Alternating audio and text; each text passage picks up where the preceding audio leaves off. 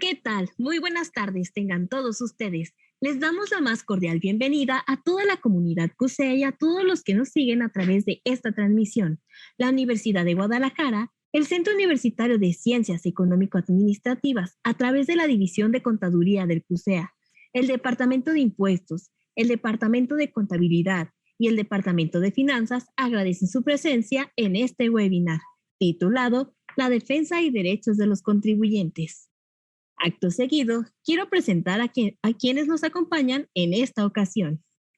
Agradecemos la presencia de la licenciada Lorena Mayela Landeros. Ella es maestra en impuestos y actualmente se desempeña como delegada en Jalisco de la Procuraduría de la Defensa del Contribuyente. Y como moderador nos acompaña el doctor Antonio Sánchez Sierra, coordinador del doctorado en estudios fiscales de este centro universitario, a quien cedo el uso de la voz para dar inicio. Adelante, doctor. Muchísimas gracias y nuevamente pues agradecerle porque la licenciada Mayela pues es sumamente ocupada por las múltiples actividades que se tienen y sí quiero disculparme, la otra conferencia fue omiso en mencionar su vasto currículum, si quiero mencionarlo para que vean la enorme trayectoria que tiene y sobre todo porque este tema de medios de defensa, lo que es la licenciada Mayela es la más indicada en estos momentos para hablarnos dónde, cómo, por qué, cuándo se puede un contribuyente defender. Ella es licenciada en Derecho por la Universidad de Guadalajara, tiene la maestría en Defensa del Contribuyente de la Universidad Michoacana de San Nicolás, tiene diplomados de planeación fiscal, diplomados en impuestos con aplicación otra también de aquí del CUSEA, diplomados en función jurisdiccional impartidos por la Judicatura Federal. Y bueno, ella inicia en el Tribunal Federal de Justicia Fiscal Administrativa como secretaria auxiliar de la Segunda Sala Regional de Occidente. Estuvo también en el Servicio de Administración Tributaria. Posteriormente, en PRODECON, ocupó el cargo de subdelegada en Michoacán, delegada en Colima en 2015, delegada en San Luis Potosí, actualmente delegada en Jalisco.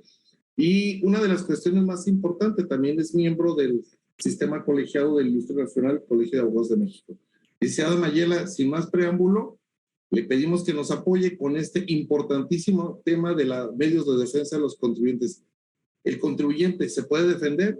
¿Tiene quien lo defienda? No, claro que sí tiene quien lo defiende. Para eso la licenciada Mayela nos va a dar esta conferencia. Adelante, licenciada.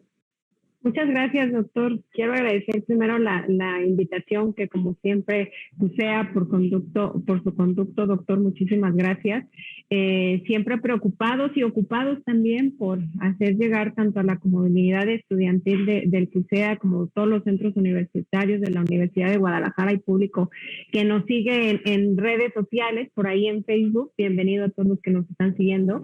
Y precisamente vamos a platicar de los derechos y defensa de los contribuyentes. Preparé una pequeña presentación, sin embargo, sí me gustaría aclarar, trataré de utilizar pues el lenguaje más ciudadano, más coloquial, más fácil de entendimiento para todas las personas que nos acompañan, el público en general y todas las personas que se van conectando. Muchas gracias. Voy a compartir esta presentación.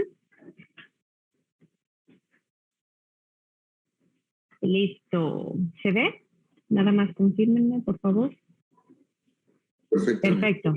Excelente. Muy bien. Vamos a dar inicio entonces con esta charla, defensa y derechos de los contribuyentes. No podríamos hablar de uno y de otro de manera separada, ¿no? Básicamente van íntimamente relacionados. Y la intención de hablar un poquito, siempre me gusta hablar de antecedentes, no con el ánimo de aburrirlos, pero siempre creo que es necesario generar un contexto social o saber qué es lo que ha pasado cuando hablamos de un tema para saber el porqué de la actualidad de las cosas.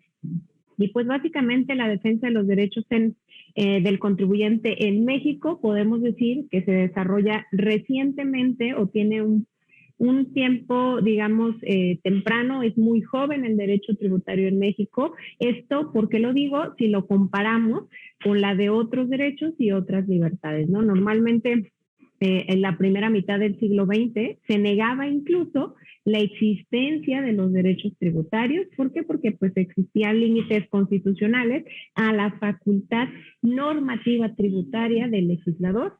y pues básicamente se encontraba o no se encontraba en este apartado dogmático, que quiero decir, en este apartado que hoy se consagran todos los derechos humanos de las personas en general. Entonces, básicamente a partir de la primera mitad del siglo XX es cuando se inicia este auge, o es cuando empieza a recobrar fuerza la defensa de los derechos del contribuyente. Por ahí, en la década de los 60, el Poder Judicial de la Federación reconoce el carácter de estos derechos y los principios materiales de la justicia tributaria, que vamos a platicar expresamente cuáles son y de manera muy sencilla que debemos entender. Pero básicamente estos principios materiales de justicia tributaria nos referimos a la proporcionalidad, equidad, legalidad y destino al gasto público, admitiendo incluso en la década de los 60 ya la procedencia del juicio de amparo contra leyes tributarias,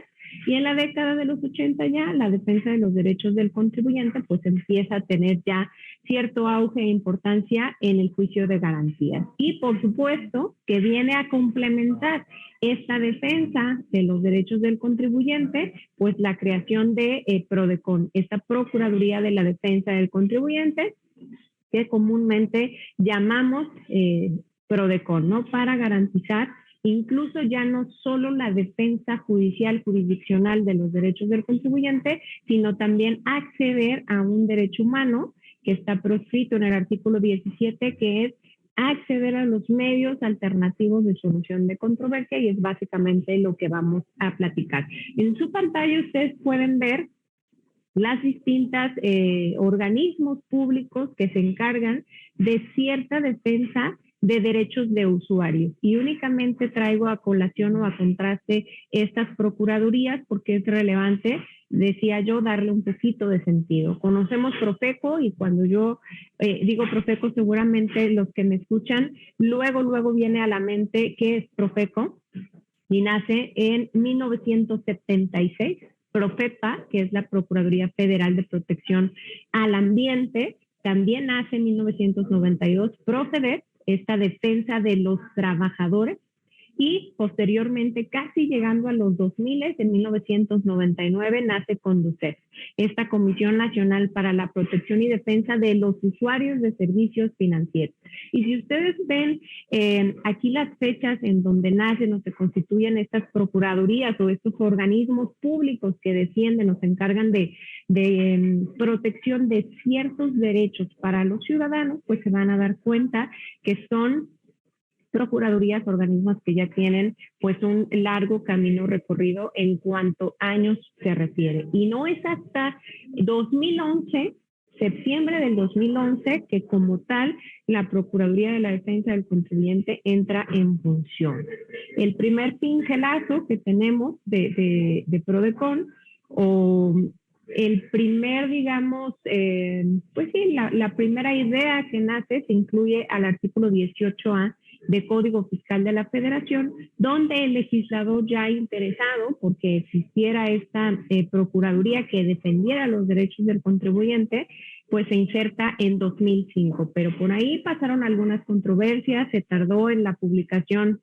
Después viene la publicación de la Ley Federal de Derechos del Contribuyente, después viene la publicación de la Ley Orgánica de PRODECON, y bueno, al final de todo este camino, hasta 2011, septiembre del 2011, nace PRODECON y se atiende a los primeros contribuyentes. Es decir, básicamente se acaba de cumplir los primeros 10 años de operación de este organismo defensor de los derechos del contribuyente.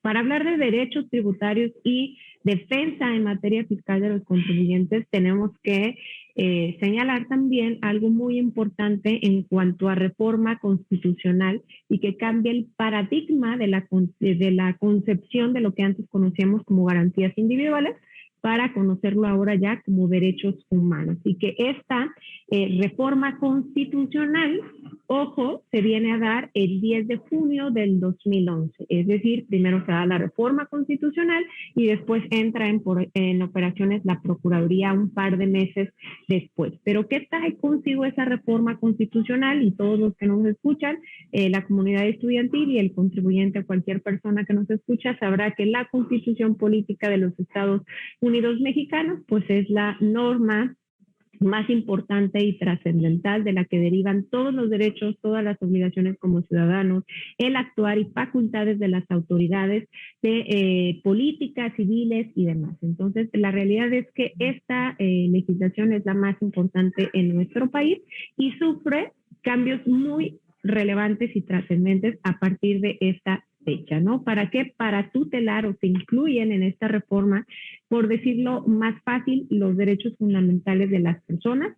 Se adoptan principios de interpretación conocidos como pro homine o pro persona, como se conocen para los abogados, pero que para las personas es básicamente aplicar las disposiciones más benéficas a los ciudadanos, hablando en cualquier materia en específico, y sobre todo la obligación de todas las autoridades de los 3 poderes y de los 3 niveles de gobierno a que apliquen siempre la norma que brinde mayor protección a los derechos de las personas. Esto es básicamente la trascendencia de esta reforma constitucional. Se obliga a los 3 poderes, insisto, a los 3 niveles de gobierno a aplicar siempre las disposiciones legales que brinden la mayor protección al contribuyente, es decir, al contribuyente y al ciudadano en general. Es decir, que si hay 2 normas que pudieran ser aplicadas y alguna ofrece un beneficio superior o una protección más amplia, se está obligado a aplicar esta norma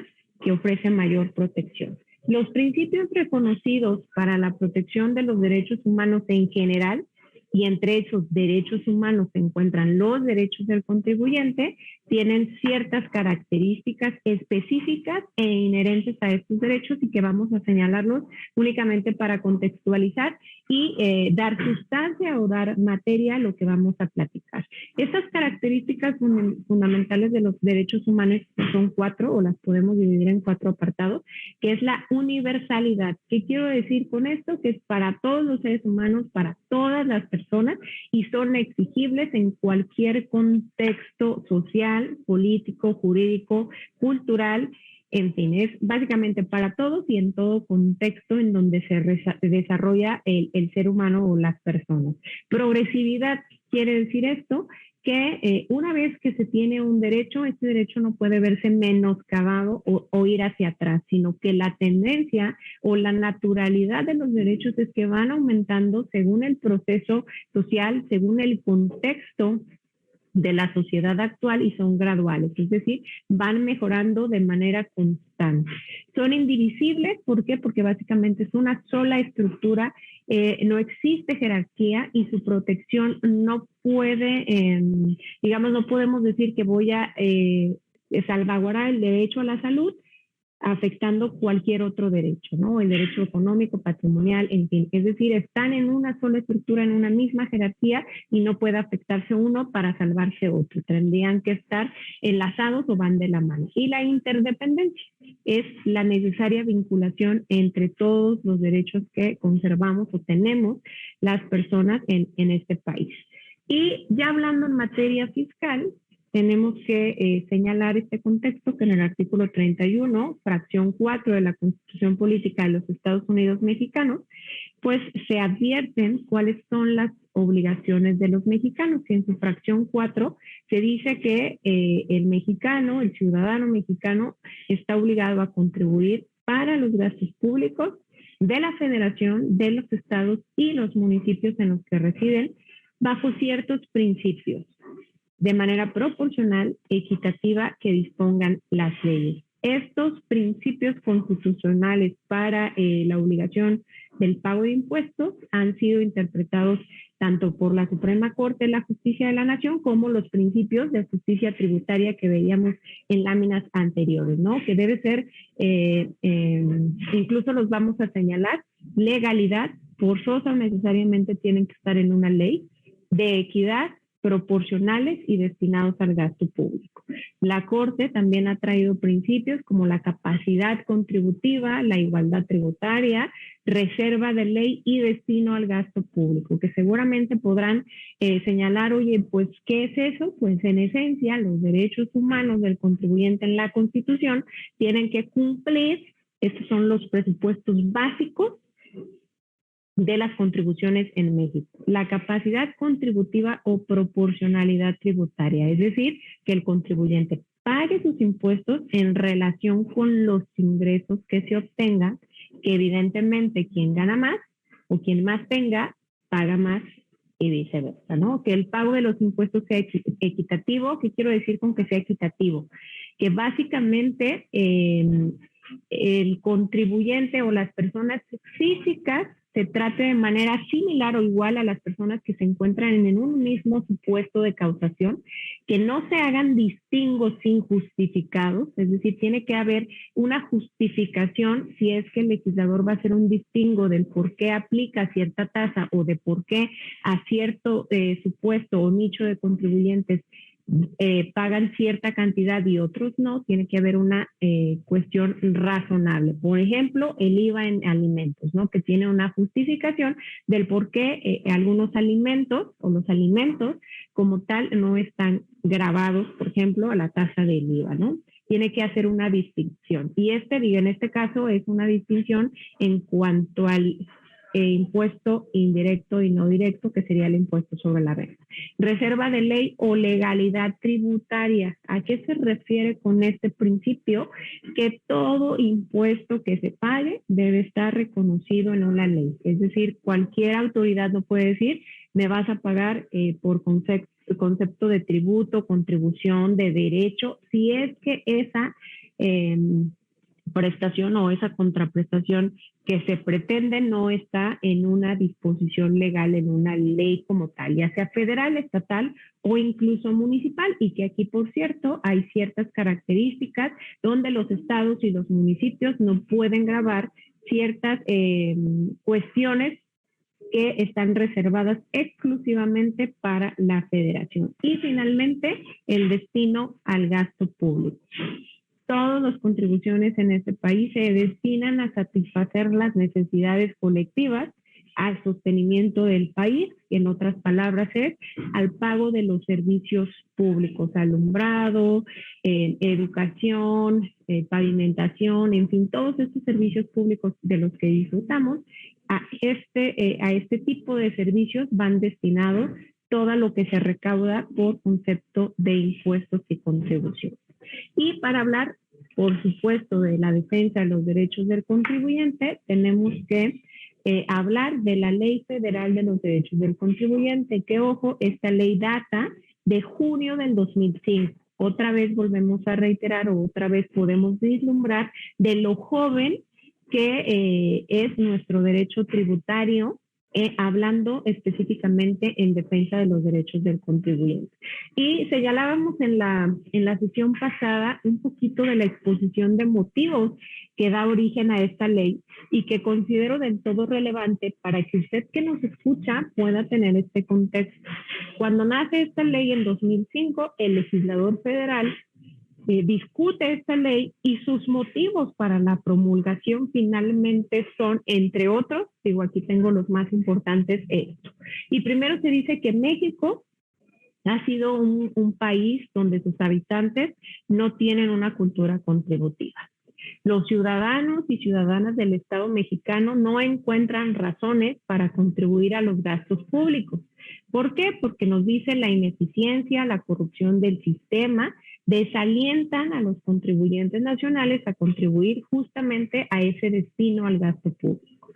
También se nos dice en esta Ley Federal de Derechos del Contribuyente que las reformas que normalmente las legislaturas federales de cada gobierno se centran o se han centrado en dar cada vez mayores facultades a las autoridades fiscales, mayores facultades de comprobación en un afán de conseguir mayor recaudación, con el único camino de fiscalización y sanción a los contribuyentes, y esto lo leo textualmente, y dice: las múltiples resoluciones de las autoridades hacendarias anuladas o dejadas sin efectos por tribunales en virtud de múltiples vicios formales y de procedimiento, pues que incurren las autoridades de la Secretaría de Hacienda. Se dijo también, pese a importantes y numerosas facultades de comprobación de las que ya están dotadas las autoridades hacendarias, pese a tantas facultades de molestia y afectación contra el contribuyente, ojo, México sigue teniendo un porcentaje de recaudación de los más bajos del Producto Interno Bruto internacionalmente comparado. Y aquí hago un pequeño señalamiento, también tenemos información o se tiene información que del potencial de recaudación fiscal en México solo se recauda el 35%, lo cual pues evidentemente es muy bajo y lo cierto es que toda la tendencia de modificaciones y facultades de las que se ha dotado a la autoridad fiscal pues no ha sido suficiente y aquí a lo mejor tendríamos que pensar en si se está siguiendo el camino correcto, ¿no? De tratar de incrementar el padrón de contribuyentes o si lo que se está haciendo es tratar de apretar un poquito más al contribuyente que ya está en la formalidad, que sigue pagando impuestos, que se generan más obligaciones y aquellas personas que se encuentran en la informalidad y que es precisamente las que se pretende que contribuyan también al gasto público, sean las que tengan incentivos para incluirse en la formalidad, pues lo hagan. Del contribuyente características o se adopta en buena parte la legislación ya exitosa de la legislación española. Entonces, básicamente estas son algunas de las motivaciones que dieron origen a la Ley Federal de Derechos del Contribuyente. Es decir, todo esto que está pasando no ha logrado que suba la recaudación, que sabemos que es una parte importante, y es decir, no estamos en contra del pago de impuestos, es una tarea sumamente principal, es una tarea vital para el sostenimiento de este país, pero lo que sí creemos o lo que sí tendríamos que estar verificando es si esa recaudación y si esa obligación tributaria o esa obligación constitucional se está realizando conforme a las disposiciones o los derechos, del respeto a los derechos del contribuyente. Es decir, si todos los que están llamados a contribuir lo están haciendo de manera correcta, idónea, y si las facultades de la autoridad fiscal están siendo las adecuadas, las correctas para el contexto social que actualmente se vive. Bien, el propósito como tal o en resumidas cuentas de esta Ley Federal de Derechos del Contribuyente, ¿cuál es? Simple y sencillamente reconocer y enunciar de la manera mucho más sencilla, simple, fácil los principales derechos de los contribuyentes frente a la relación que tienen con la autoridad o la administración tributaria. Si nosotros pudiéramos definir una relación de las más dispares, y esto lo digo a título personal, dispares podría ser esta relación entre fisco y contribuyente. ¿Por qué? Por su naturaleza intrínseca o su naturaleza de imperio por parte de la autoridad fiscal, es decir, tiene todas las facultades y el contribuyente de pronto tiene ciertas o se ve intimidado por la fortaleza o por las facultades de las que se dota a las autoridades fiscales. Entonces, ¿qué se intenta en esa balanza entre autoridad y contribuyente? Pues que esta Ley Federal de los Derechos del Contribuyente sea eso, que sea una relación mucho más amable, mucho más amistosa, en respeto a los derechos del contribuyente, porque, insisto, es preocupación y ocupación de todos el que se contribuye al gasto público, pero que esta contribución pues se haga respetando los derechos del contribuyente, porque simple y sencillamente los contribuyentes son quienes sostienen básicamente o económicamente a este país. Y como por ahí seguramente habrán escuchado un dicho coloquial que dice de la muerte y del pago de impuestos nadie se salva, efectivamente creo que es algo de lo más cierto que existe, y qué mejor que ese pago de impuestos y aclarando la comunidad estudiantil que en este momento nos escucha, creo que esa educación fiscal, esa educación financiera debería ser toral para poder no solo concientizar, sino además hacer uso de los derechos de los contribuyentes cuando consideramos lesivo alguna actuación por parte de la autoridad. Los objetivos principales pues es permitir y promover incorporación de nuevos contribuyentes, a aquellos que siguen en la informalidad, y garantizar que los que ya están inscritos en este padrón del contribuyente pues puedan tener esa relación íntima con la autoridad fiscal sin que se generen violaciones o atropellos a los derechos del contribuyente. Vamos a encontrar derechos del contribuyente en esta ley que acabamos de verificar, pero no quiere decir que sean los únicos. Básicamente son los principales derechos, pero también tenemos derechos implícitos o beneficios implícitos en la legislación fiscal. Y por legislación fiscal, lamentablemente, por ponerle un apellido, legislación fiscal no solamente hablamos de la Constitución, del Código Fiscal de la Federación, de la Ley de Renta, de IVA, de la Ley Aduanera, de la Resolución Miscelánea, de los criterios no vinculativos, de la jurisprudencia de la Corte. Es decir, realmente la legislación fiscal federal es tan amplia y tan vasta que es de pronto complicado, no es nada fácil estudiar o advertir estos derechos. ¿Por qué? Porque hay derechos implícitos en las legislaciones fiscales. Comparto un panorama actual, que esto es obtenido de algunas encuestas, algunos señalamientos por parte de ciudadanos como usted y como yo, que normalmente, y aquí estamos hablando del SAT, pero por autoridades fiscales federales no solamente nos referimos al SAT, sino también al IMSS, al Infonavit, a la CONAGUA, a las autoridades coordinadas, pero cuando nosotros normalmente escuchamos fisco, la primera autoridad que se nos viene a la mente es el SAT. Y muchas personas dicen, oye, la imagen del SAT pues está relacionada con malas prácticas, con que la actuación del SAT, lo único que pretende el SAT es recaudar, y que no se respetan los derechos del contribuyente. Al Estado, normalmente muchas personas o ciudadanos dicen o reclaman la baja calidad de bienes y servicios.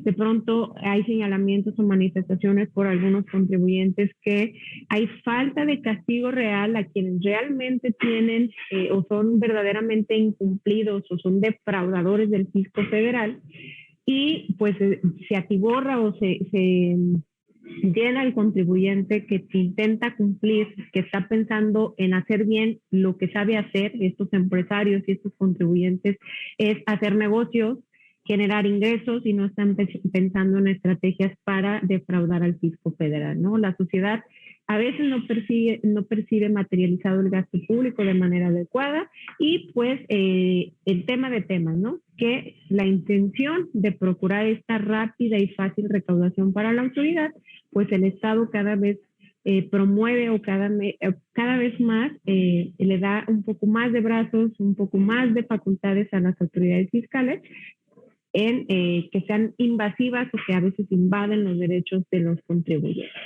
Y si pudiéramos decir, la Ley Federal de los Derechos del Contribuyente puede llamarse, o se le pueden llamar, derechos espejo. ¿Por qué derechos espejo? Porque básicamente ayudan a hacer efectivos o a reflejarse los derechos básicos de materia tributaria, que dijimos era la proporcionalidad, la equidad, la legalidad y el destino al gasto público, que vamos a resumir en 10 postulados básicos, que no es tan fácil, lo decía yo, no es que sea tan fácil, pero tratando de hacer un poco práctica esta charla, podemos resumir 10 derechos básicos del contribuyente. Y los voy a anunciar, y a lo mejor voy a dar un pequeño ejemplo de cada uno de ellos. Derecho a ser informado y asistido por las autoridades fiscales. Esto no solamente es te informo cómo vas a cumplir y te asisto cuando vayas a cumplir, sino además también tengo la obligación yo, autoridad, de informarte y asistirte en el debido ejercicio de tus derechos. Así como tienes obligaciones, también tienes derechos. Y ese derecho de informar y asistir al contribuyente no se limita únicamente cuando tú intentas cumplir una obligación, cuando tú quieres cumplir una obligación, sino cuando también vas a ejercer o ejercitar un derecho en materia tributaria.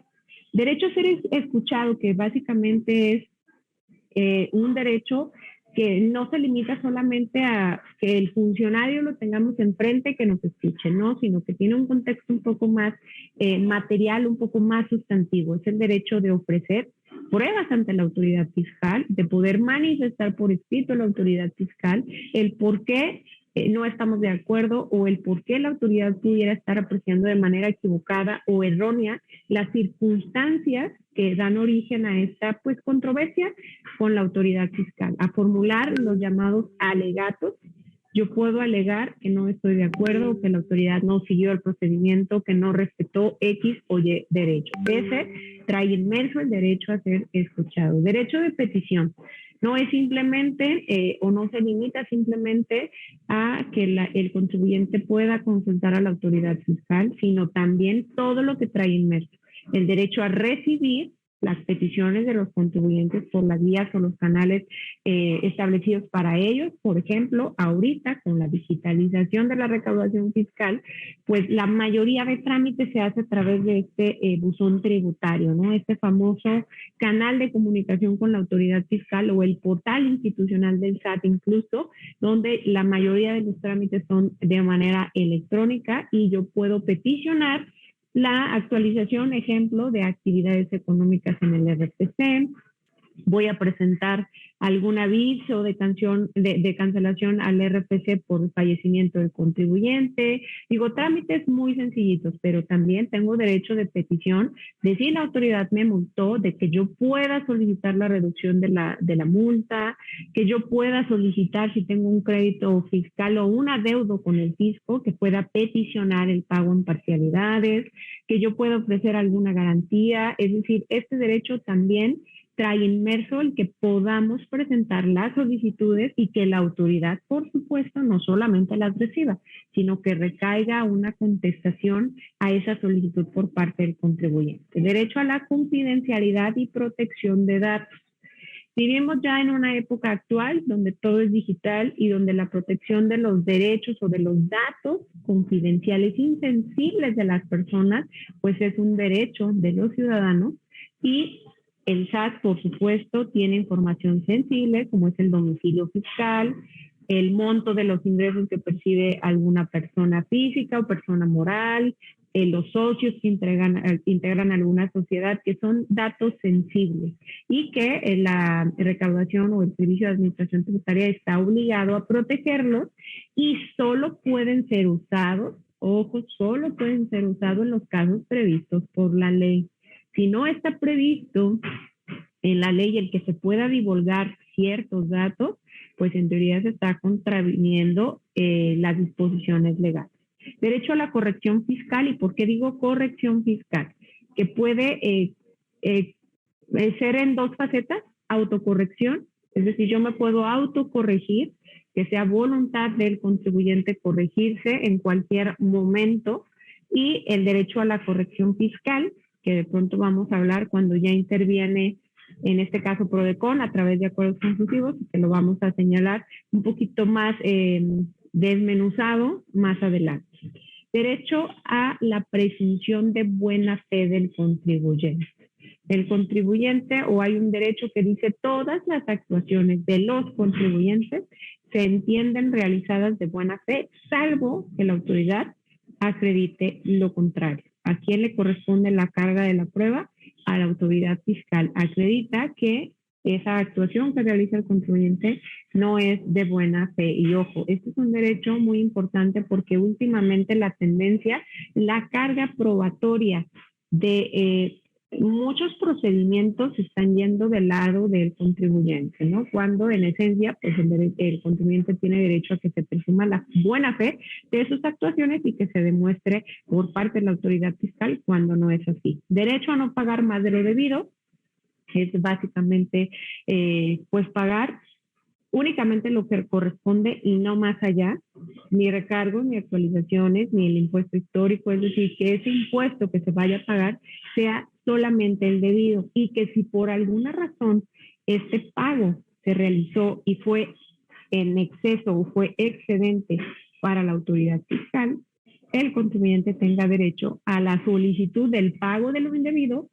o del saldo a favor. Y cuando yo digo saldo a favor, seguramente muchas personas habrán escuchado de algún conocido familiar que presentó su declaración anual y que si tiene un saldo a favor, pues la autoridad está obligada a devolverle en su cuenta bancaria. De pronto escuchamos, oye, no me ha devuelto, ya me requirió un montón de información, ya voy a dejar las cosas por la paz y mejor pues ya, que la autoridad se quede con ese dinero. Entonces, aquí también parte importante de la defensa de los derechos del contribuyente no es solamente enunciarlos, no es solamente conocerlos, sino ejercerlos, que es básicamente lo más importante que se pretende con esta tasa.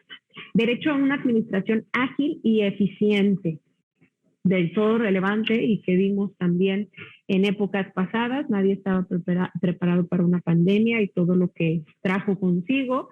Trámites ante el SAT, pues eran multitudes, eran complicados obtener una cita y que a dicho de muchos contribuyentes todavía lo sigue siendo, es decir, no se ha normalizado, cuando en esencia pues tenemos este derecho, una administración ágil y eficiente, ¿no? Entonces aquí pues habrá que pensar si la capacidad del servicio de administración tributaria no está siendo suficiente para la cantidad de contribuyentes, para las reformas que entraron en vigor este año, es decir, hay varios factores que habrá que dar contexto a este derecho. Derecho a un trato respetuoso, que el funcionario público que atiende al contribuyente pues se dirija con todo el respeto al contribuyente. Y el más importante, no el más importante, digamos, el que nos tiene esta tarde charlando es el derecho de acceso a la justicia fiscal, que decíamos no nos sirve de mucho saber cuál es mi derecho, dónde están los derechos consagrados, en qué legislación, cuándo nacen, a partir de cuándo,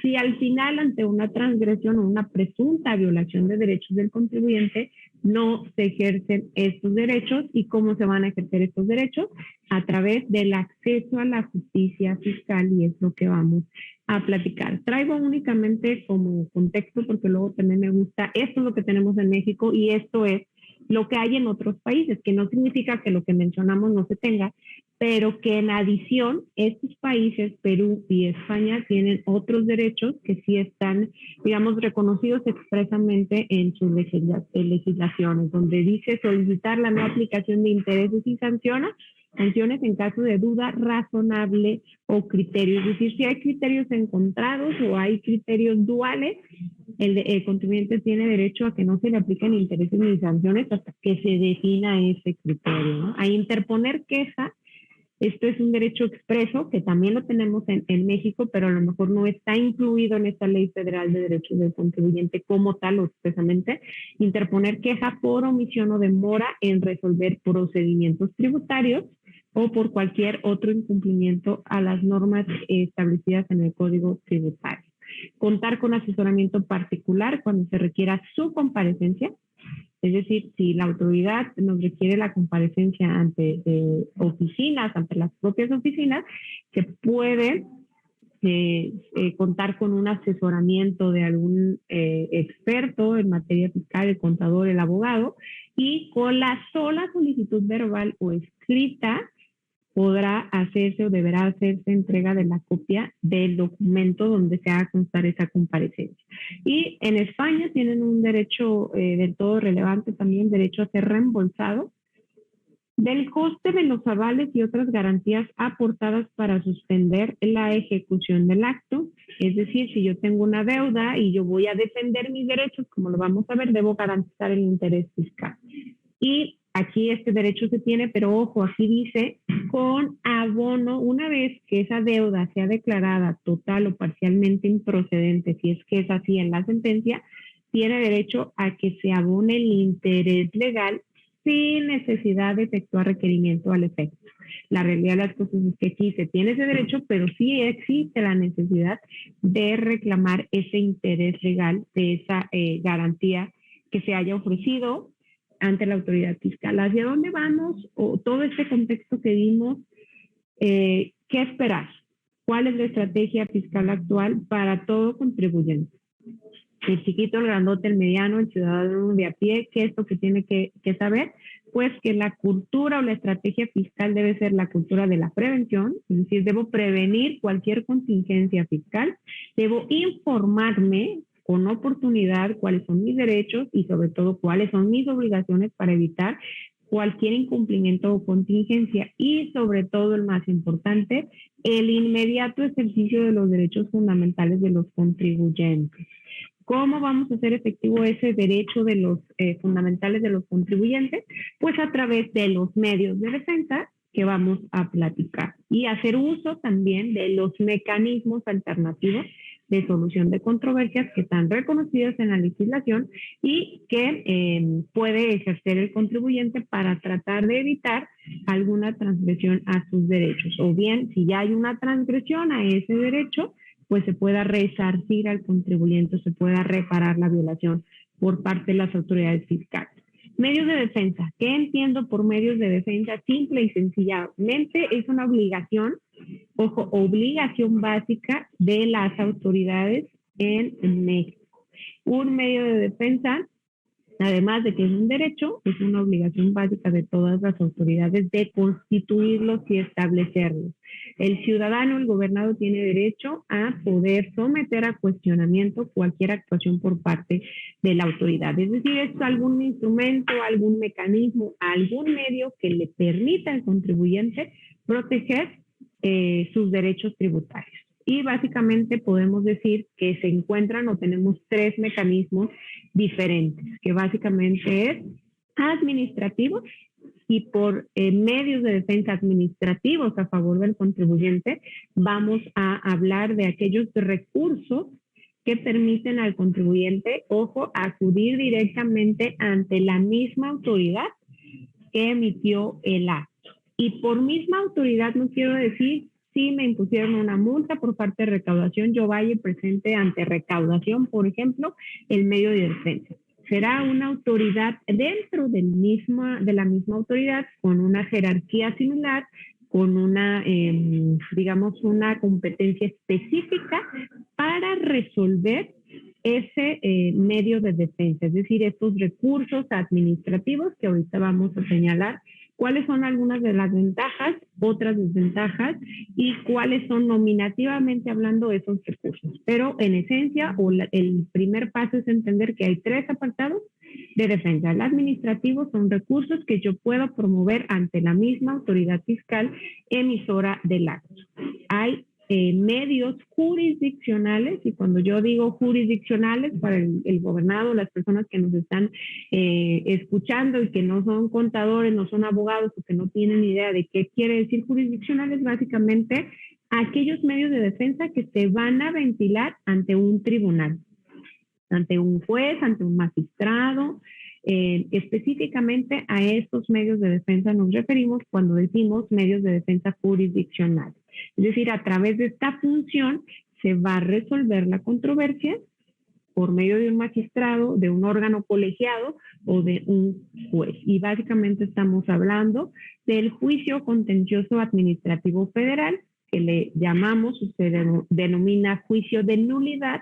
¿Por qué? Porque el efecto es anular el acto que da origen a la violación de derechos y además puede reconocer ciertos derechos. Por ejemplo, pongamos un ejemplo, una solicitud de devolución que fue negada al contribuyente, el contribuyente acude a medios de defensa y no solamente se va a anular el acto que negó la devolución, sino que además se va a ordenar o condenar a la autoridad fiscal a que devuelva el saldo a favor que en su momento fue negado al contribuyente. Y también estamos hablando del juicio de amparo, que este juicio de amparo puede ser una segunda instancia cuando hablamos del juicio de amparo directo, una segunda instancia de alguna sentencia que se haya emitido por el tribunal y que no sea favorable, o bien, como en el caso del juicio de amparo indirecto, algo relevante es poder impugnar la legislación fiscal a partir de su publicación o a partir del primer acto de aplicación. Es decir, podemos defender incluso nuestros derechos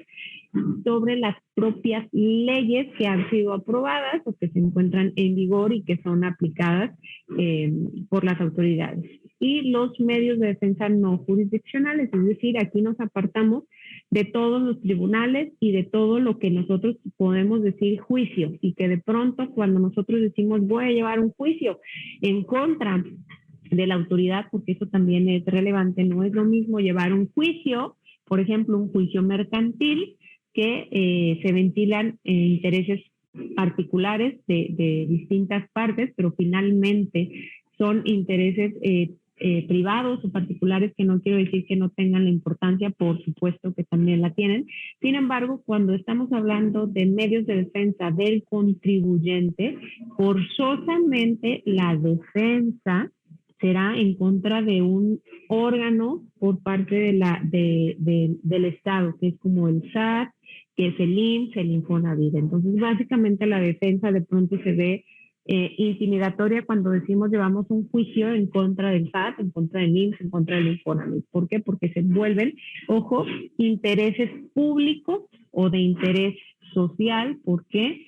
Porque en el fondo estamos hablando de la contribución o del pago de impuestos. Y los medios de defensa no jurisdiccionales, pues son estos mecanismos que van a proteger los derechos del contribuyente fuera de estas dos líneas que ya vimos y que son más flexibles, son más amigables y que se dan a través de la Procuraduría de la Defensa del Contribuyente. Es decir, los servicios que ofrece Prodecon están dentro de la defensa no jurisdiccional, que claro, tienen también sus ventajas y también tienen sus limitaciones, por decirlo así. En los medios de defensa administrativos, como ya decíamos, no es el recurso o es la petición por parte del contribuyente ante la misma autoridad. Ejemplo, puedo promover un recurso, en lugar de irme a juicio, promuevo un recurso ante el propio SAT, porque me negaron una solicitud de devolución, porque me impusieron una multa que considero que es incorrecta, porque viajé al extranjero, llegué a México, me revisaron mis maletas y me determinaron pago de contribuciones omitidas y me determinaron un crédito fiscal. ¿Puedo promover un recurso directamente a la autoridad fiscal? Sí. Y ojo, cuando yo dije hace un momento que la defensa inmediata de los derechos del contribuyente, ¿y por qué digo inmediata? Porque en materia fiscal, como en algunas otras materias, existen ciertos plazos, ciertos términos que debemos cumplir para poder ejercer nuestros derechos. Si no los ejercemos, normalmente en materia fiscal son 30 días hábiles después de que surte efectos la notificación o que se me da a conocer el acto que pudiera transgredir mis derechos. Ese es por regla general el plazo que yo tengo para promover algún medio de defensa, 30 días hábiles posteriores. Por lo cual, de aquí que analizamos o de aquí que asimilamos que me llegó una multa, que reviso si presenté o no presenté la declaración, de qué pasó si yo tengo contador y decirle al contador, oye, ¿qué pasó? Y el contador me dice, pues luego lo vemos. En ese inter puede vencerse el plazo legal que tenemos, así como tenemos derechos para la defensa.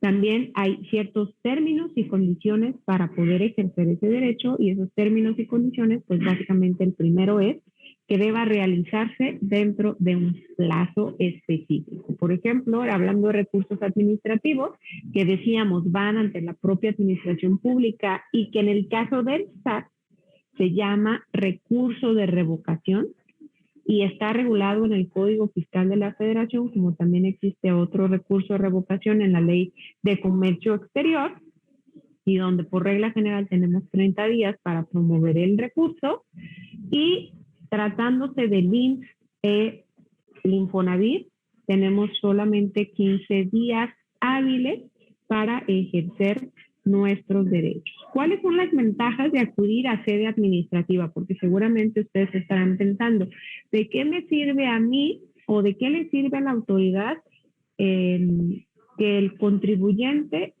presente un recurso de defensa de sus derechos en contra de los propios actos de la misma autoridad fiscal? Van a decir, oye, pues es juez y parte, pues no será que me van a decir que no, porque pues al final la chamba de la autoridad es defender sus actos. Podríamos decir que sí, pero ¿cuál es la ventaja? La ventaja es que la autoridad o la misma autoridad puede revocar sus actos que sean incorrectos y que sean violatorios, es decir, no yéndonos a otra instancia que sería un juicio de nulidad, por ejemplo, que pueda revocar esos actos, darse cuenta, modificar las actuaciones del propio aparato, por ejemplo, si hablamos del SAT, de las propias acciones por parte del SAT, es mucho más rápido, mucho más flexible. Hay ciertos plazos para ofrecer incluso pruebas que no hubieran sido anunciadas al principio. Es decir, es un poco más flexible. No hay tantos formalismos en teoría. ¿Por qué? Porque es ante la propia autoridad. La autoridad se convierte o tiene una función muy importante que es juzgar sus propios actos. Esto la posiciona, pues a lo mejor en un terreno complicado, el de si va reafirmar o confirmar un acto de su mismo órgano, de su misma aparato tributario, es decir, del propio brazo del Servicio de Administración Tributario, o si va a revocar ese acto administrativo. Entonces, ¿qué otro beneficio tiene? Por ejemplo, si yo estoy hablando de una multa, algo relevante, no todos los, algo relevante que es necesario conocer es que los asuntos en donde normalmente el contribuyente va a ejercer sus derechos tienen o es un crédito fiscal, alguna multa, algún crédito fiscal derivado de una visita domiciliaria, de una revisión de gabinete, y normalmente los que tienen una cuantía específica en este sentido, el contribuyente está obligado a garantizar el interés fiscal de la autoridad, el interés fiscal de la federación. ¿Qué quiero decir con esto? Que para poder yo ejercer mi derecho de defensa, tengo que acreditar o comprobar al SAT que una vez que se terminen los medios de defensa y estos medios de defensa no sean favorables al contribuyente, yo voy a pagar ese adeudo. Es decir, que no voy a realizar ninguna otra maniobra o ninguna otra acción que impida que yo pague ese crédito. Eso significa, ¿por qué? Porque es de interés público la recaudación de los impuestos. Entonces, si tú vas a ejercer tus derechos, hablando, por ejemplo, de una multa, y esa multa es de 50,000 pesos por ponerle una cantidad, tú debes garantizar el interés fiscal de la federación, ya sea ofreciendo un bien mueble, ofreciendo un bien inmueble en garantía, realizando el pago de la deuda, que eso también se puede. Tú puedes pagar esos 50,000 pesos, te vas a evitar el procedimiento administrativo de ejecución, nos vamos a evitar actos de molestia posteriores. ¿Y qué pasa si yo gano el juicio? O si los recursos o los medios de defensa son favorables, voy a poder solicitar la devolución de ese pago que yo originalmente realicé, porque se convierte en pago del indebido al obtenerse una sentencia o una resolución favorable al contribuyente. Uno de los beneficios de los medios de defensa administrativos, como son los recursos, es que no se está obligado a garantizar el interés fiscal hasta una vez resuelto estos recursos. Es decir, si el contribuyente le notificaron la multa, acude en tiempo a un recurso administrativo, en este caso recurso de revocación, el contribuyente tendrá ese derecho de no garantizar hasta en tanto se resuelva ese recurso. Si le es favorable, nos evitamos garantía y nos evitamos todo. Si es desfavorable, una vez resuelto, 15 días después, el contribuyente está obligado a garantizar el adeudo para poder, en su caso, irse a juicio de nulidad o a medios de defensa jurisdiccionales, que son los siguientes. Jurisdiccionales, que decíamos es todo lo que tiene que ver con tribunales, y básicamente tiene que ver con las decisiones, o más bien la decisión del asunto, la controversia, va a quedar a cargo de un tercero, que es el magistrado, que es los órganos colegiados o los magistrados, las salas regionales de Occidente, o bien los tribunales colegiados de cada uno de los circuitos. Y algo relevante de esto es que una vez que se resuelve el juicio a través de una sentencia firme, ¿qué quiere decir que es una sentencia firme? Que ya no hay otro medio de defensa que se pueda promover en contra de esa sentencia. Normalmente, cuando se emite una sentencia, se tiene una segunda posibilidad, incluso tercera posibilidad de revisión de esa sentencia para saber si el criterio adoptado por el magistrado o el juez es correcta, se somete a una instancia diversa y puede cambiar o no el sentido de la sentencia. Pero cuando se dice sentencia firme, es decir, que ya se agotaron todos los medios de defensa o que se dejó transcurrir el plazo para hacer. Y digamos, lo que obtenemos de esta sentencia es una verdad jurídica. La sentencia va a ser nuestra verdad jurídica que va a imperar y que va a tener una fuerza de verdad y una fuerza definitiva. Ojo, con independencia de si esa verdad jurídica coincide con la verdad real.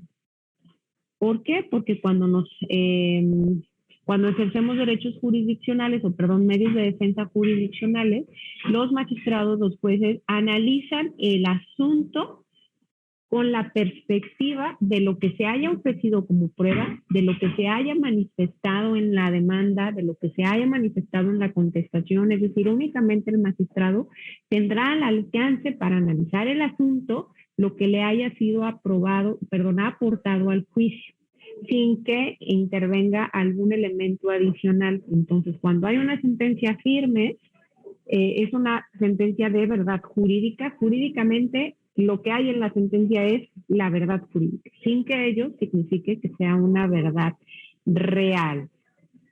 Y pues estos medios jurisdiccionales, estamos hablando del juicio contencioso administrativo y del juicio de amparo directo e indirecto. Que cuando decimos juicio de amparo es, me fui a recurso de revocación, pongamos un ejemplo, me fui a recurso de revocación, dentro de los 30 días siguientes, en tiempo, la autoridad te resuelve, la misma autoridad administrativa resuelve el recurso y dice, contribuyente, no te asiste la razón.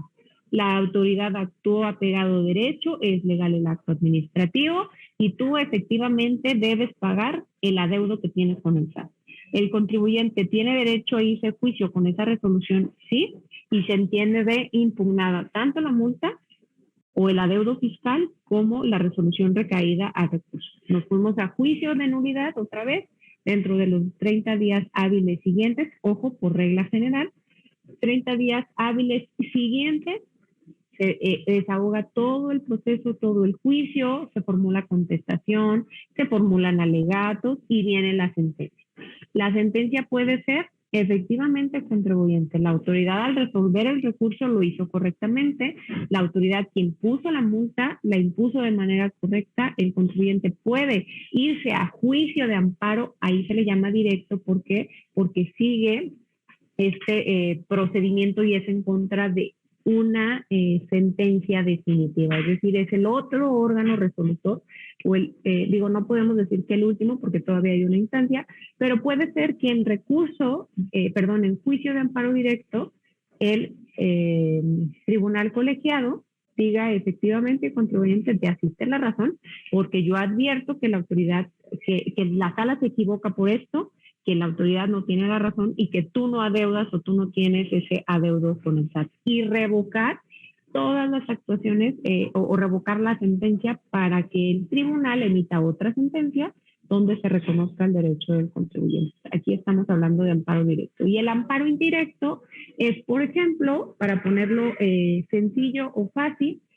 cuando se da la reforma en 2014 del buzón tributario, de esta herramienta que actualmente tenemos vigente como medio de comunicación con la autoridad fiscal, y el envío de la contabilidad electrónica, es decir, el contribuyente debe ir proporcionando de manera electrónica o en tiempo real a la autoridad fiscal esta contabilidad. Muchos contribuyentes promovieron amparos en contra de esas disposiciones o en contra de esa ley que obligaba al contribuyente a tener un buzón tributario y una contabilidad electrónica.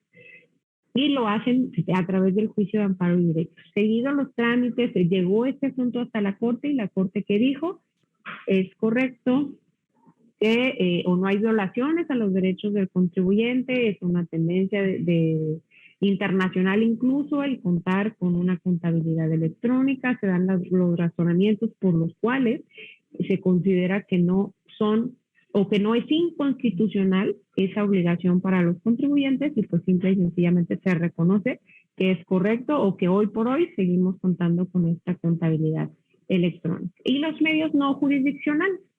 No estamos hablando ni del recurso, no estamos hablando ni del juicio contencioso administrativo, ni del juicio de amparo directo ni indirecto.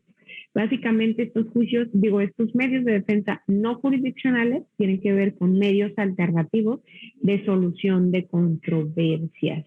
Y la buena noticia es que estos medios jurisdiccionales se ejercen a través de facultades que tiene de manera exclusiva esta Procuraduría de la Defensa del Contribuyente, que como veíamos al principio, viene a complementar la defensa de los derechos del contribuyente. ¿Y cómo se va a dar o a través de qué mecanismos o medios de defensa no jurisdiccionales se puede defender también los derechos del contribuyente? A través del procedimiento de queja y a través del procedimiento de acuerdo conclusivo.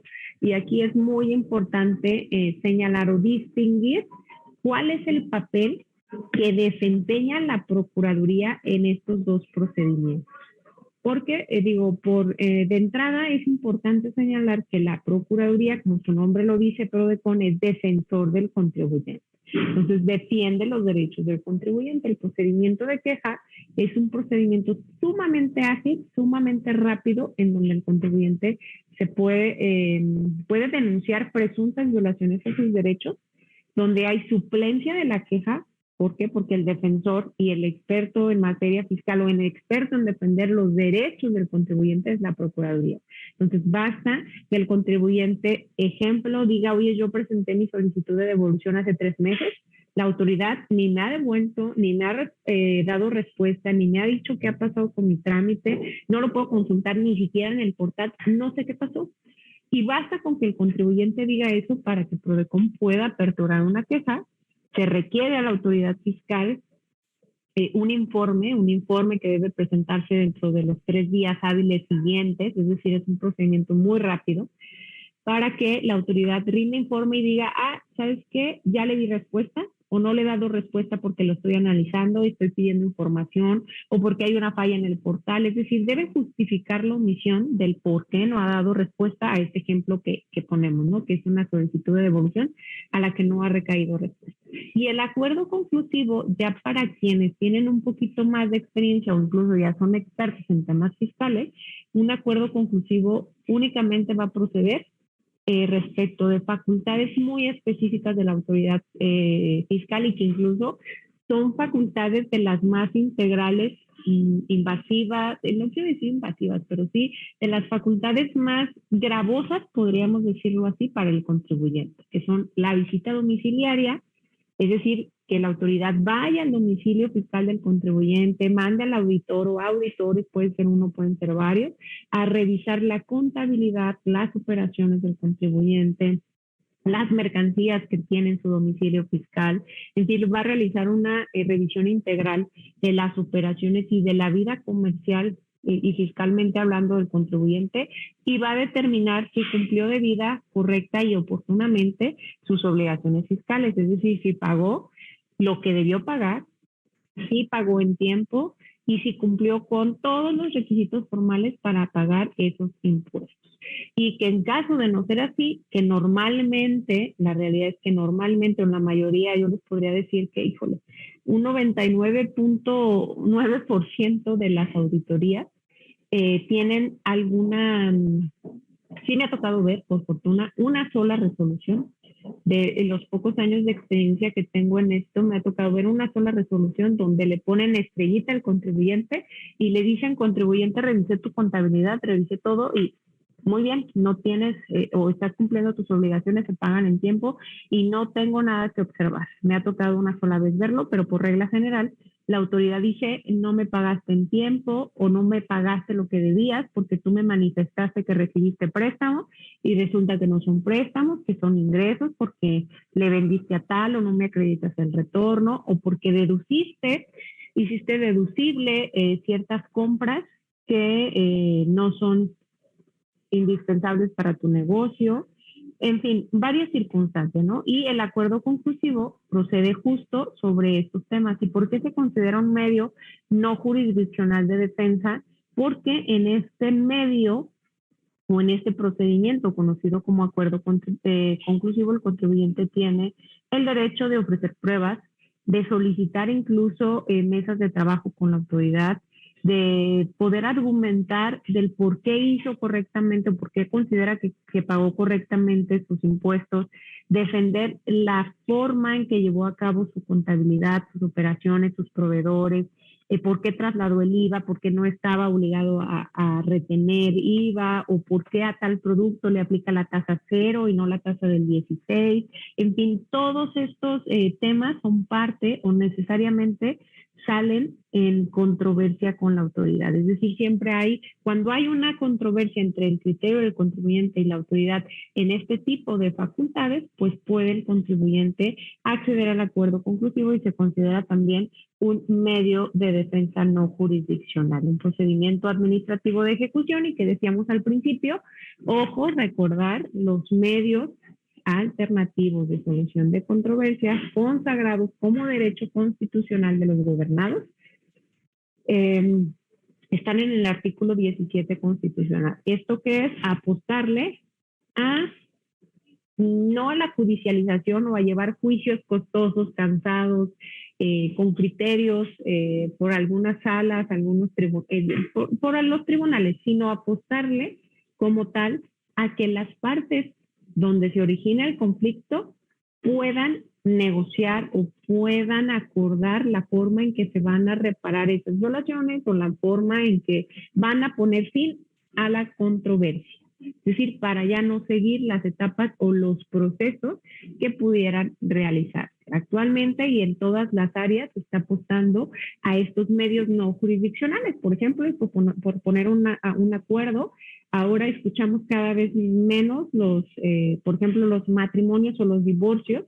Los divorcios ya no son normalmente contenciosos, ¿no? Donde se pelean y demás. ¿Por qué? Porque ya hay medios alternativos para solucionar esos mismos problemas, para que conforme a las necesidades de las partes puedan llegar a un consenso sin necesidad del desgaste que representan estos medios de defensa. ¿Por qué? Porque son más formales, son ante un tribunal, tienen ciertos requisitos y formalidades específicas y que en el plano de los medios alternativos pues va a ser mucho más flexible, mucho más ágil, sin tantos formulismos o formalismos incluidos en la controversia y que finalmente el poder de decisión de poder solucionar un conflicto lo van a tener las partes. Eso mismo pasa en PRODECON y, ojo, el rector del procedimiento, el mediador o el interventor de que las partes lleguen a un consenso va a ser a través de la dirección o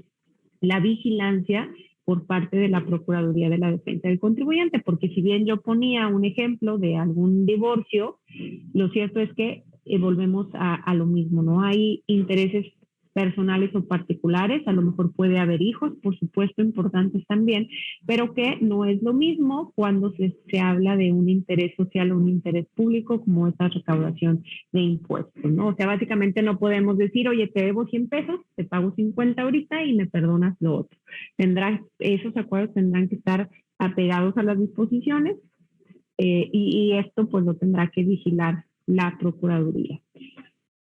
PRODECON, me gustaría señalar, y creo que la mayoría, ya lo hemos dicho, alguna vez lo habrán escuchado, PRODECON, Procuraduría de la Defensa del Contribuyente, un organismo especializado en materia tributaria, tiene patrimonio propio y autonomía técnica. Esta palabra de autonomía técnica, sí me gustaría hacer mucho énfasis en ella. ¿Por qué? Porque luego de pronto pensamos, oye, el Estado mexicano crea un organismo para defender al contribuyente sobre actos que son de interés social e interés público, que es la recaudación de impuestos.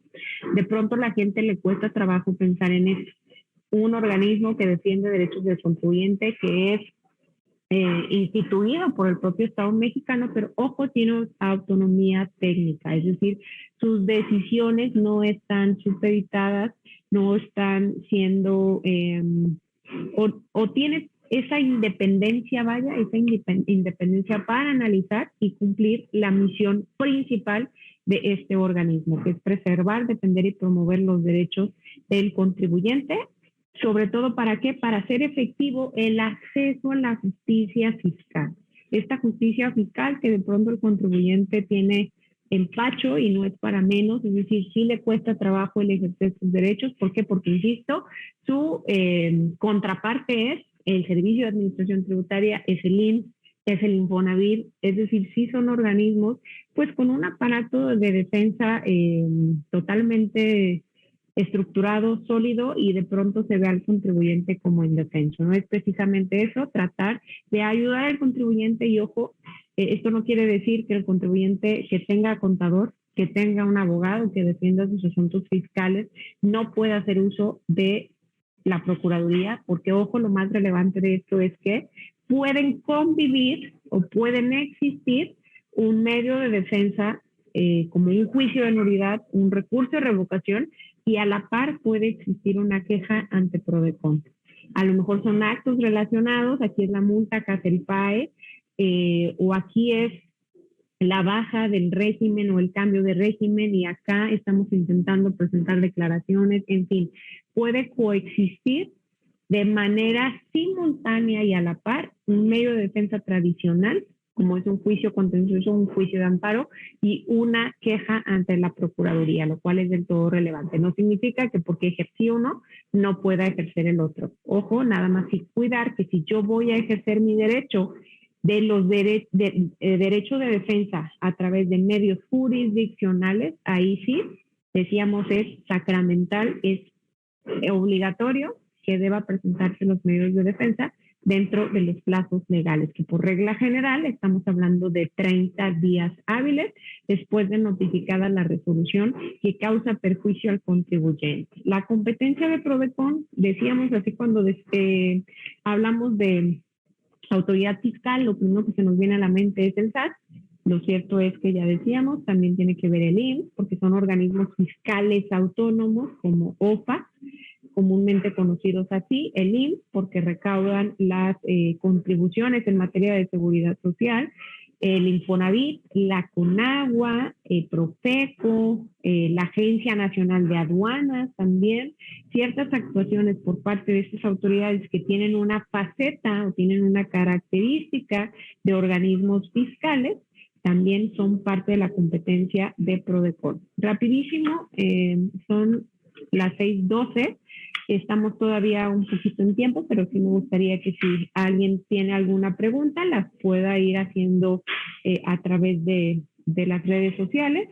Y decirles que se puede tener una clasificación de las atribuciones de PRODECON, que esto es relevante. ¿Por qué? Porque no solamente se va a enfocar a combatir o corregir una problemática ya existente, sino que puede ser preventiva. Hay atribuciones que son preventivas, evitar que se produzca ese daño patrimonial o ese daño potencial a los derechos del contribuyente. Eso es relevante, no solamente es correctivo.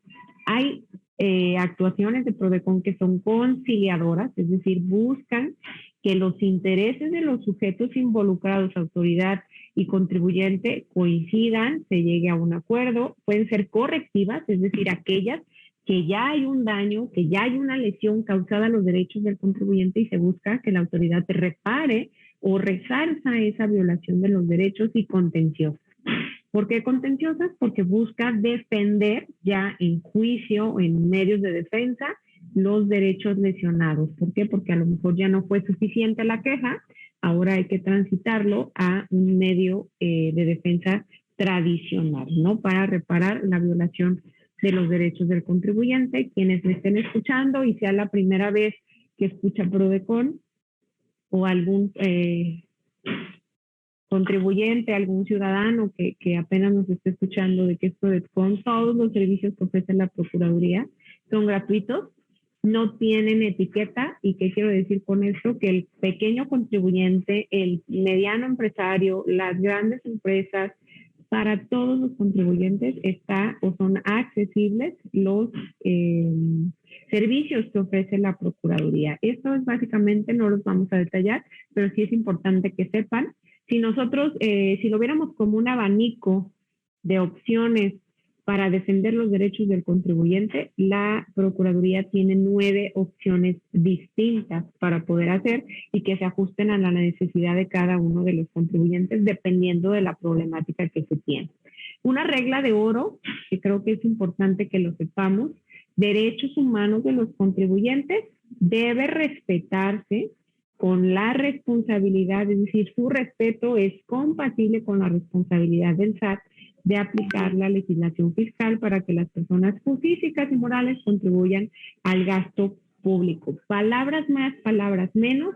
Hemos dicho que la recaudación de las contribuciones necesarias para contribuir al gasto público constituye un fin de interés público, de interés social, de interés general. pero ese interés público y general no puede admitir que dicha potestad, que dicha facultad del SAT o de las autoridades fiscales se ejerza sin límites, sin ese propósito, o que ese propósito se alcance por cualquier medio o procedimiento sin sujetarse al procedimiento y a los derechos humanos de los contribuyentes. Solamente señalo los asuntos relevantes, recurrentes o frecuentes que normalmente resuelve o se someten a consideración por parte de Prodecon. Presentación de declaraciones, cualquier tipo de declaración, si es mensual, si es provisional, si es de ISR, si es de IVA, si es informativa, cualquier tipo de declaración que el contribuyente esté obligado a presentar, Prodecon puede auxiliar en esa presentación, claro, con ciertas limitaciones, ¿no? O sea, no nos pueden traer la contabilidad de un grande contribuyente para que la presentemos. Es decir, se presenta la orientación o la asesoría para resolver cualquier duda relativa a declaraciones. Y últimamente se vuelve un tema recurrente porque ustedes saben que últimamente han actualizado, han migrado ciertos sistemas, se han incluido ciertas obligaciones diferentes a los CFDI y de pronto los sistemas institucionales no están preparados de entrada para que el contribuyente pueda cumplir correcta y debidamente sus obligaciones. Es decir, luego hay un proceso, se aprueban las disposiciones, a la hora de que se quieren materializar ese cumplimiento, pues resulta que los sistemas pues no tienen la opción, no estaba contemplado y entra este camino o este tramo para actualizar esos sistemas y que se respete pues, el derecho del contribuyente de poder cumplir de manera correcta y oportuna sus obligaciones. Prescripción de créditos fiscales, reducciones de multas, devoluciones de impuestos, multas, cartas de invitación, procedimientos administrativos de ejecución, cualquier adeudo o crédito fiscal, actos relacionados con el RFC. ¿Y qué quiero decir con esto? Alguna inscripción al RFC, de que soy un estudiante, soy un emprendedor, tengo ya la idea de negocio, voy a ponerla en marcha, bajo qué régimen podría darme de alta, cuáles serían mis obligaciones, cuándo y cómo cumplirlas. Es decir, llevar de la mano al contribuyente en estos temas, de pronto para los emprendedores que tienen que preocuparse por un montón de cosas. El tema fiscal es uno de los más relevantes porque ante una contingencia fiscal, pues básicamente el esfuerzo de muchos años, la idea de negocio que puede ser tan buena puede verse mermado muchas veces por contiendas fiscales. Entonces, el tema fiscal para todos, emprendedores, incluso para asalariados, que somos contribuyentes cautivos y que formamos el 78% de los contribuyentes, personas físicas en este país, son asalariados. Y los asalariados de pronto pensamos que pues como a mí ya me retienen, yo nada más veo la nómina, me retuvieron tanto, no me preocupo por nada, también tenemos obligaciones y no solo obligaciones, podemos obtener derechos como deducciones personales, a hacer efectivos ciertos gastos, en fin. También vale la pena que podamos empaparnos un poquito de estos temas fiscales y que no le tengamos temor, que no nos inhiban, que no nos cohibamos, vaya, con este tipo de temas, o no lo dejemos de, le voy a invertir tiempo y la autoridad y demás. ¿Por qué? Porque vale la pena no solo para usted quien está escuchando, obtener este beneficio o informarse, sino porque a lo mejor ese derecho o esa acción que usted pudiera estar considerando como lesiva, seguramente se replicará en otros contribuyentes que a lo mejor por una acción iniciada por usted, créame que podemos cambiar o se puede detectar una violación generalizada para muchos contribuyentes y que la acción que usted emprenda pudiera tener algún impacto positivo para hacer más fácil el camino de otros contribuyentes. Bajan el padrón de importadores, también tenemos muchos asuntos de este tipo. El comercio exterior, que también es un tema o es un rubro de la materia fiscal, hablando de operaciones de comercio exterior, desconocimiento de créditos fiscales, baja de registro patronal, en fin. Medios por los que se puede solicitar asesoría o intervención de Prodecon, la verdad es que ahora sí que a través de cualquier medio, está Twitter, Facebook, Instagram, el TikTok, hay correo electrónico, hay un portal en internet, en fin. Vamos a, digo ya por razón del tiempo, esto sí lo quiero compartir con ustedes, es importante. PRODECON, una de las facultades o de las 9 opciones que decíamos que tiene el contribuyente para que PRODECON pueda defender sus derechos tributarios, es que PRODECON preste los servicios gratuitos de defensa ante los tribunales. La única limitante aquí es que el legislador federal consideró que el contribuyente que tiene un adeudo, una contienda fiscal, cuyo monto al día de hoy exceda del 1,053,000 pesos, hablando del monto histórico, cuando hablamos de créditos fiscales vamos a tener o vamos a poder desglosar el adeudo.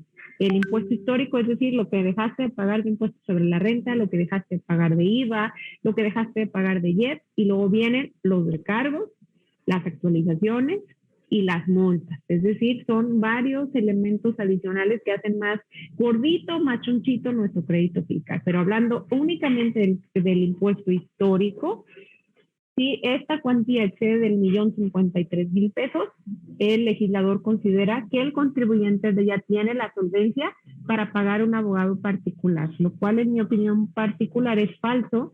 ¿Por qué? Por ejemplo, hay contribuyentes que, y pongo el ejemplo de la reforma para este 2022, para este año 2022 se aprueba que todos los mayores de 18 años deben inscribirse al RFC con independencia de si tienen actividades económicas o no. El padrón de contribuyentes es aquellos contribuyentes que tienen o reciben ingresos o tienen una actividad económica que los ubiquen en el supuesto del pago de contribuciones. Si yo no tengo actividad económica, ¿para qué debo inscribirme? Pues una de esas motivaciones es el robo de identidad, que ha proliferado, o el mal uso de datos personales. Normalmente se utilizan datos de jóvenes o pequeños empresarios, emprendedores, o de personas de la tercera edad, que son los que tienen más riesgo, son más vulnerables de utilizar o que utilicen indebidamente sus datos personales. ¿Para qué? Para constituir empresas, para abrir cuentas bancarias a su nombre, para facturar operaciones que en la realidad no existen y después los dejan con un problema económico fiscal. Entonces, aquí viene, por ejemplo, y tuvimos un asunto de una estudiante, por cierto, que tuvo un crédito fiscal de más de 10 millones de pesos, en donde pues simple y sencillamente utilizaron sus datos para hacer estas acciones que les acabo de mencionar, y ella sin saber pues ya tenía un adeudo con el SAT, que evidentemente pues no tenía la solvencia económica para hacer frente a un crédito de 10 millones de pesos, y que en estos casos a través de otros medios, no los medios jurisdiccionales que dimos, que es los recursos, no podíamos representar a la contribuyente a través de un recurso, de un juicio contencioso o de un juicio de amparo, porque estábamos limitados por la cuantía. Pero algo importante es que no solamente es esta facultad o este derecho del contribuyente, sino que tenemos otras facultades que también pueden auxiliar a los contribuyentes. Este también es un dato son datos importantes. Esta es información recién salidita del horno, publicada los primeros días de mayo del 2022. Y nosotros estamos hablando de medios de defensa en general, y hablando de medios de defensa en contra del SAT, el informe tributario y de gestión del primer trimestre de este año nos aportan ciertos datos. Y nos dicen que en los primeros 3 meses del 2022, el número de juicios favorables al SAT en sentencia definitiva alcanzó los 2,427 casos, que equivale al 44% del total. Aquí nos hace simplemente un dato estadístico meramente, pero si nosotros nos vamos a las cifras o las tablas, de más abajo, ustedes se van a dar cuenta que los juicios en sentencia definitiva favorables al SAT en 2018, el porcentaje era 45%, un poquito más del 45%. En 2019 era 49%, es decir, subió la cifra de resolución favorable. En 2020 el 47%, en 2021 el 51.7% de los asuntos, es decir, el SAT ganaba 51 asuntos de cada 100, para más o menos entender la estadística. Y para este 2022, se ganan solamente en juicio de nulidad o en medios de defensa el 44%. Si nos vamos a los últimos 5 años, nos vamos a dar cuenta que para este año pues es la cifra más baja de efectividad de juicios de nulidad por parte del SAT, por muchos factores o múltiples factores, pero siempre es importante saber hacia dónde va o cómo vamos.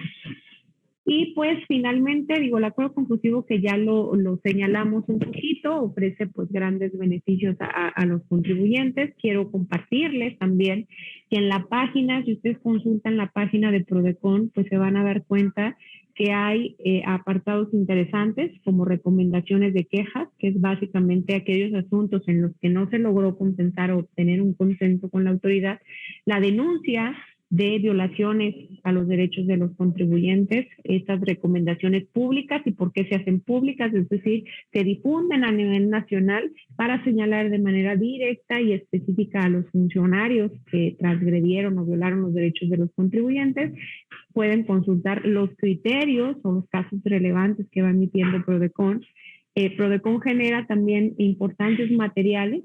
Hay una revista mensual que se difunde mensualmente que se llama la revista Prodecontigo, con temas relevantes, de vanguardia, de qué es lo que está sucediendo para la comunidad estudiantil. De pronto es una buena opción o una buena herramienta para que le echen por ahí una ojeada. Tenemos un Prodebot, que es básicamente un robot que ayuda a resolver ciertas problemáticas y dudas estandarizadas.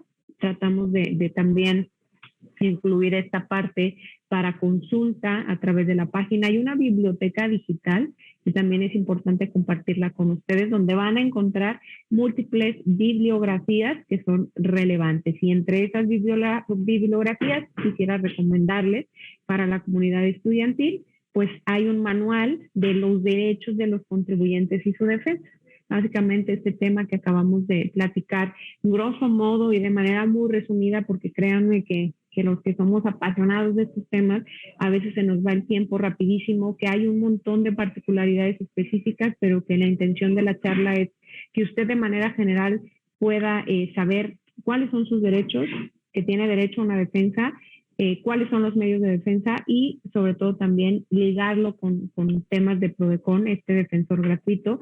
Y hay un libro que de pronto también es ilustrativo, un lenguaje muy ciudadano, un lenguaje muy simple, que se llama 101 historias de terror vividas por contribuyentes en México, donde son 101 cuentos cortos, muy cortos, no más de 3, 4 páginas cada cuento, que ustedes se van a dar cuenta de la trascendencia que puede llegar a tener un problema fiscal y que básicamente lo convierte en historia de terror. Esto nos sirve para contextualizar, para saber cómo vamos, cómo estamos y cómo evitar que seamos el 102 historias de terror. Digo, como estas 101 historias hay muchas, pero se engloban en esta bibliografía pues las más trascendentes y las más dramáticas, por decirle así, y que de pronto pues se van a dar cuenta que muchas veces estas problemáticas se ocasionan por lo inflexible de nuestras disposiciones fiscales, por a veces la inflexibilidad también de entender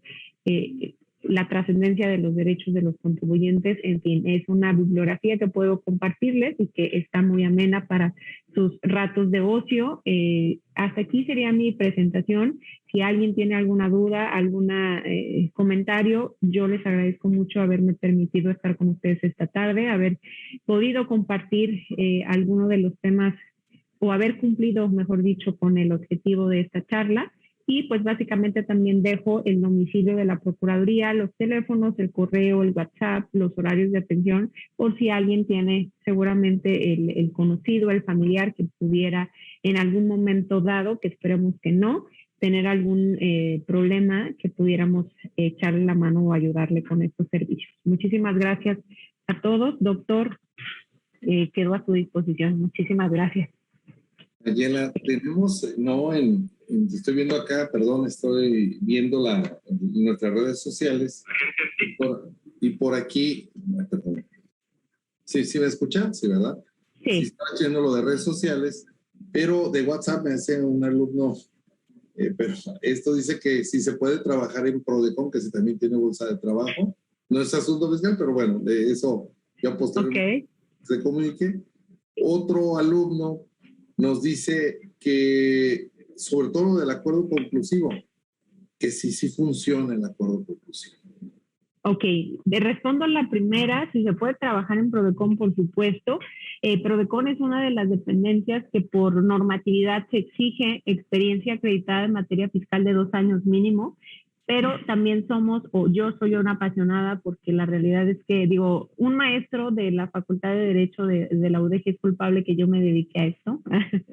Y la verdad es que en mi servicio social, que por cierto di en el tribunal, pues me gustó aún más esto, ¿no? Entonces, la verdad es que hay convenios de colaboración en donde los estudiantes pueden prestar su servicio social en la Procuraduría. Entonces, si les gusta la materia, ¿cuál es mi recomendación? Acérquense a estos organismos, a Prodecon, al tribunal, al SAT, para que obtengan la experiencia. Y digo al SAT, y ojo, no hay que ver o no hay que satanizar al SAT, porque también es muy buena escuela, y qué mejor que estos nuevos estudiantes pues vean con otra visión o refresquen a lo mejor muchos criterios que pudieran estar ya digamos, desfasados en las administraciones públicas. Y la segunda respuesta de si funciona el acuerdo conclusivo, no es porque yo esté en Prodecon y porque defienda Prodecon, pero yo como abogada, y lo digo pues libremente, yo como abogada o mi opinión como abogada, cuando hay ejercicio de facultades de comprobación, para mí debería ser facultades de comprobación, conclusivo y a veces juicio. Es decir, tratar de solucionar lo más que se pueda en acuerdo conclusivo. ¿Por qué? Porque eso va a evitar que yo me lleve lo más relevante si es que finalmente me tengo que ir a juicio, lo más relevante a juicio, no perder tiempo en ciertas cosas o lo que yo pueda solucionar pueda bajarle a mi crédito, me va a ayudar a ofrecer una garantía mucho más chiquita y eso, créanme, le va a ayudar mucho al empresario, al contribuyente a no desgastarse o a no erogar tantos gastos tratándose de interés fiscal. Entonces, el acuerdo conclusivo funciona y funciona muy bien, como dice por ahí un comercial. Importante que los contadores, los abogados o los asesores fiscales sepan específicamente qué es lo que se busca el acuerdo conclusivo, sí tener la estrategia y no desgastar de pronto ahí la relación. Si no se puede, el siguiente paso, vámonos a juicio, pero lo que se pueda, sí echarle toda la carne al asador y lograr los acuerdos o los mayores acuerdos que se puedan. Excelente, excelente, dice Maya. Bueno, son de las únicas preguntas que lanzaron. Estoy viendo aquí redes sociales, hay gente conectada en todas nuestras redes sociales. Y bueno, el evento va a quedar grabado en el repositorio de webinars de CUSEA, Universidad de Guadalajara. Y sobre todo, licenciada, pues me llama mucho la atención por los últimos datos que usted nos da, en el sentido de que, bueno, ahí hablaba de sentencias definitivas. Estas sentencias definitivas, obviamente, bueno, en teoría se ve que le favorecen mucho al SAT, pero hay que recordar que algunos todavía que se amparan, se van a la revisión, bueno, me dicen, oye, ¿y ahí todavía les dan otro coscorrón al SAT? Desafortunadamente sí, ¿verdad, licenciada? Por alguna Así gente. Es. Y bueno, hay gente que me dice, bueno, es que, ¿cómo están resolviendo? Entendemos que el Estado ocupa recaudar, pero en ese libro de 101 historias de terror, yo creo que nada más, pero con todo respeto, les faltó violar la ley de la gravedad, porque, híjole, ese libro, yo creo cuando empecé a ver de gente de por allá de Chetumal, de que les fincaron créditos, les suplantaron datos, y a veces hemos tratado de arreglar, y lo digo como fiscalista, que llegamos que a veces la normatividad interior del SAT no les permite, y bueno, se tiene que recurrir a organismos como Prodecon, que la verdad sí empodera mucho al contribuyente. Lo reconozco que a mí me tocó pelear asuntos bastante complicados, que si hubiera existido Prodecon no estuviéramos, o no hubiéramos llegado en aquellos años 90 a tantas cosas. Recuerdo cuando la figura de Prodecon surge ya en el sexenio fue en el sexenio de nuestro presidente, el primer presidente que derrotó Felipe Calderón. Sí, ya con Felipe Calderón precisamente arranca la Prodecon con bajo recurso, pero arrancó finalmente con la licenciada Ladrón de Guevara, ¿verdad, Diana? Ladrón de Guevara. Así es. Y con exalumnos de nosotros también de aquí, con Edson, con Mariano, con varios muchachos jóvenes, como usted les llama, ya que fueron los pilares del inicio de Prodecon. Y hubo una frase que una vez escuché en la Ciudad de México, parece filial de la Universidad de Guadalajara, pero no era así. Es que surge mucho de esta gente y esa experiencia.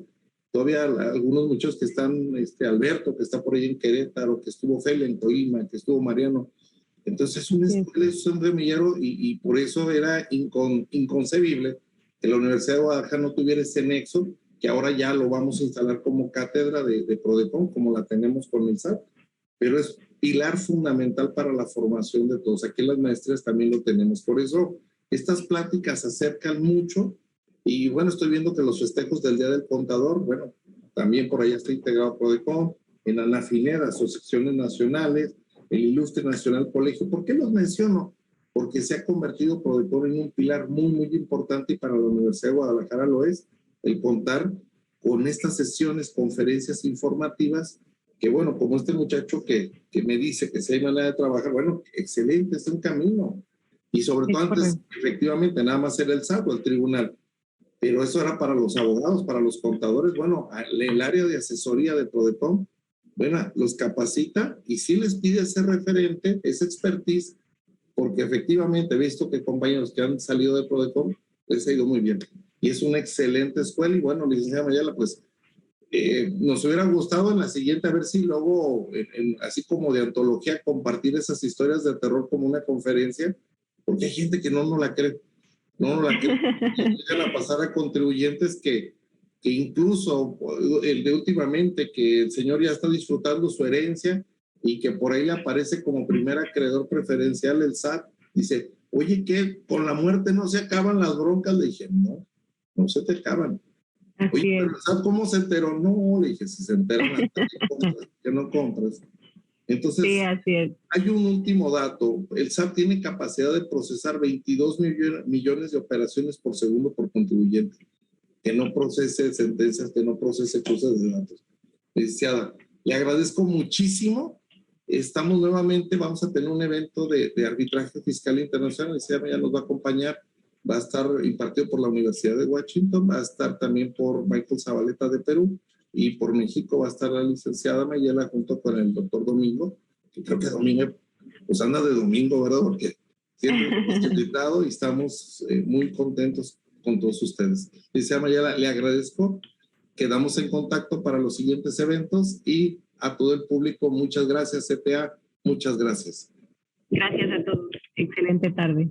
Hasta luego.